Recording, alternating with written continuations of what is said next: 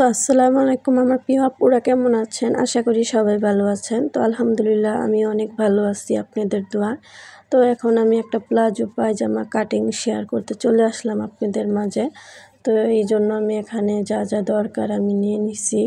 তো এখন আমি কাটিংয়ের মাপ অনুযায়ী আমি মাপটা দিয়ে নিব। তো যেহেতু আমি একটা 38 ইঞ্চি লম্বা তৈরি করব, এই জন্য আমি মহরি দিব 7 ইঞ্চি রাখবো, যেহেতু এত ডোলা হবে না। তো এই যে নিচের পাটে আমি 7 ইঞ্চি দিয়ে নিলাম। আর যেহেতু 2.5 ইঞ্চি আমি কোমরে জয়েন দিব, এই জন্য আমি 14.5 ইঞ্চিতে হাইটটা নামাইলাম, যেহেতু 2.5 ইঞ্চি এলাস্টিকের আমার জয়েন হবে। দিয়ে এখন আমি যে কাটিংটা করে নিলাম।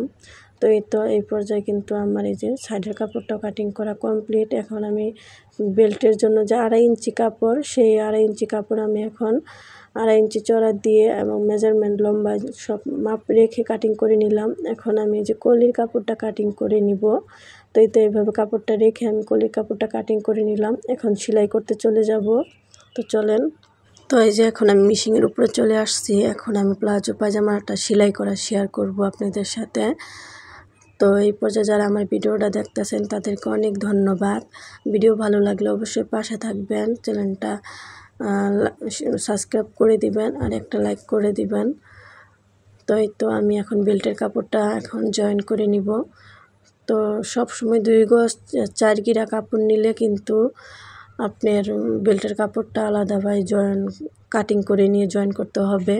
আর যদি কেউ 6 গিরা 7 গিরা কাপড় নেয় তাহলে কিন্তু সেক্ষেত্রে বেল্টের কাপড়টা আর জয়েন দিতে হবে না। তো সবসময় মনে রাখবেন। তো এখন কিন্তু মানুষ এত কাপড় নিতে চায় না, যে 2 গজ 4 গিরা পরিমাণ 2 গিরা 4 গিরা এরকম কাপড় নেয়। তো আমার এখানে কিন্তু 2 গজ 2 গিরা কাপড় ছিল, 4 গিরা হলেও কিন্তু জয়েন্টটা লাগলো না। তো এই যে আমি এখন কলির কাপড়টা আপনাদেরকে মাপ বুঝাই দিলাম। তো কলির কাপড়টা কিন্তু আমি লম্বায় 9 ইঞ্চি রাখছি এবং পাশে কিন্তু 3 ইঞ্চি আছে আমার, ঠিক আছে। তো এখন আমি যেভাবে জয়েন্টটা করে নিতেছি। তো প্রত্যেকটা জয়েন্টে কিন্তু আপনারা চাপ সিলি দিয়ে নেবেন। তো চাপ সিলিটা দিলে হয় কি, সিলিটা অনেক টেকসই করে। আর এরকম কলি প্লাজো কিন্তু অনেক টেকসই করে। একটা প্লাজো গ্রামে অনেক দিন পরা যায়, যেহেতু গ্রামের মানুষ সবসময় কাপড় চোপড় বানাইতে পারে না। তো এরকম করে যদি কলি দিয়া বানানো হয় তাহলে কিন্তু একটা প্লাজো প্রায় 1 বছর পরতে পারে সবাই। তো কলি দিয়ে বানাইলে কি হয়, ছিঁড়ে না, ঠিক আছে। তো এই জন্য অনেকে কিন্তু কলিটা লাগাইতে পারে না। তো যারা আমার নতুন আপুরা লাগাইতে পারে না তারা একটু ভালো করে দেখবেন, তাহলে কিন্তু এই কলি প্লাজোটা আপনারা সেলাই এবং কাটিং করা খুব সহজে বুঝতে পারবেন, আর কোনো সমস্যা হবে না, ঠিক আছে। তো এতে 2টা সাইডে কিন্তু আমি ডবল সিলি দিয়ে নিচ্ছি, আর প্রত্যেকটা সিলিতে কিন্তু আপনারা ডবল সিলি দিবেন। তো এখন আমি নিচের হ্যামটা করে নেব, এই জন্য আপনারা উল্টা ভাব দেখে নেবেন। কারণ সবসময় কি হয় জানেন, মাঝে মাঝে উল্টা যদি আপনারা সেলাইটা করেন তাহলে কিন্তু আপনাদের অনেক সমস্যা হবে। এটা কখন হয়, যখন আমরা কেউ নতুন কাজ শিখি তখন কিন্তু আমাদের এই ভুলগুলো হয়। তো সবসময় উল্টা সেলাইগুলো আপনারা দেখে তারপরে হ্যামটা করবেন, তাহলে কিন্তু আপনাদের কাজটা অনেক সহজ হয়ে যাবে। সবসময় মাথায় রাখবেন যে উল্টা সাইড কোনটা, খেয়াল করবেন, তাহলেই কিন্তু অনেক সহজ হয়ে যাবে। তো এই যে এখন আমি সাইডটা সিলি করে নিব, হ্যামটা সিলি করা শেষ। এখন আমি সুন্দর করে সমান করে ধরে এখন আমি সিলি করে নিব। তো এই পর্যায়ে যারা আমার ভিডিওগুলো দেখতেছেন তারা অবশ্যই আমার চ্যানেলটা লাইক করে দিবেন এবং সাবস্ক্রাইব করে দিবেন। পাশে অল বাটনটা চাপ দিয়ে দিবেন, যাতে যখনই আমি নতুন কোনো ভিডিও ছাড়বো আপনাদের কাছে চলে যাবে। তো যারা করে দিয়েছেন তাদেরকে অনেক ধন্যবাদ। তো এইভাবে আমার পাশে থাকবেন, আমাকে সাপোর্ট করবেন, আর আমার ভিডিওগুলো দেখার জন্য অবশ্যই অনেক ধন্যবাদ।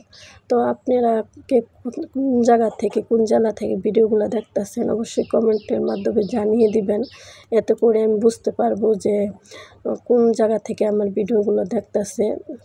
তো আমার অনেক ভালো লাগে।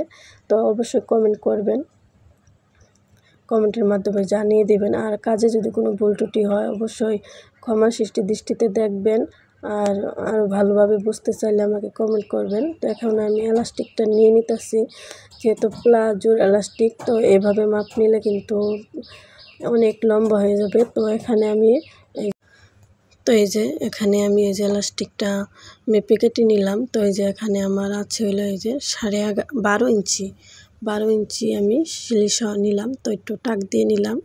নেওয়ার পরে এখন আমি এই যে এই কাপড়ের সাথে টাক দিয়ে নিব এলাস্টিকটা, আর সেলোয়ার কাপড়টা টাক দিয়ে নিব।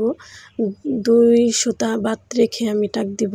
তো এখন আমি এই যে এভাবে বাঁশ দিয়ে এখন এই যে 2 সুতা যে বাড়তি রাখছি সেই 2 সুতা বাড়তি কাপড়ের উপরে আমি শিলিটা দিব। এলাস্টিকের উপরে কিন্তু শিলিটা দিতে যাবেন না।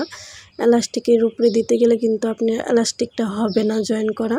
তো এই তো এভাবে আমি ঘুরিয়ে ঘুরিয়ে জয়েন করে নিচ্ছি। তো এই পর্যায়ে কিন্তু আমার এলাস্টিকটা জয়েন করা শেষ। এখন আমি হাত দিয়ে টেনে টেনে চতুর সাইডে কুচিটা ভালোভাবে দিয়ে নিলাম। তো সবসময় হাত দিয়ে সুন্দর করে কুচিটা চারপাশে সুন্দর করে বসিয়ে নেবেন। এখন আমি উপরে যে একটা চাপ সেলাই সেটা আমি সুন্দর করে ধরে টেনে টেনে সেলাই করে কমপ্লিট করে নিতেছি। তো এই তো আমার কমপ্লিট হয়ে গেল সালোয়ারটা তৈরি। তো কেমন লাগলো আপনাদের কাছে অবশ্যই জানাবেন। ভিডিও ভালো লাগলে পাশে থাকবেন আর একটা লাইক করে দিবেন আর কমেন্টে জানাবেন আমার কাজটা কেমন হয়েছে। তো আজকে এই পর্যন্তই। সবাই ভালো থাকবেন, সুস্থ থাকবেন আর আমার জন্য দোয়া করবেন।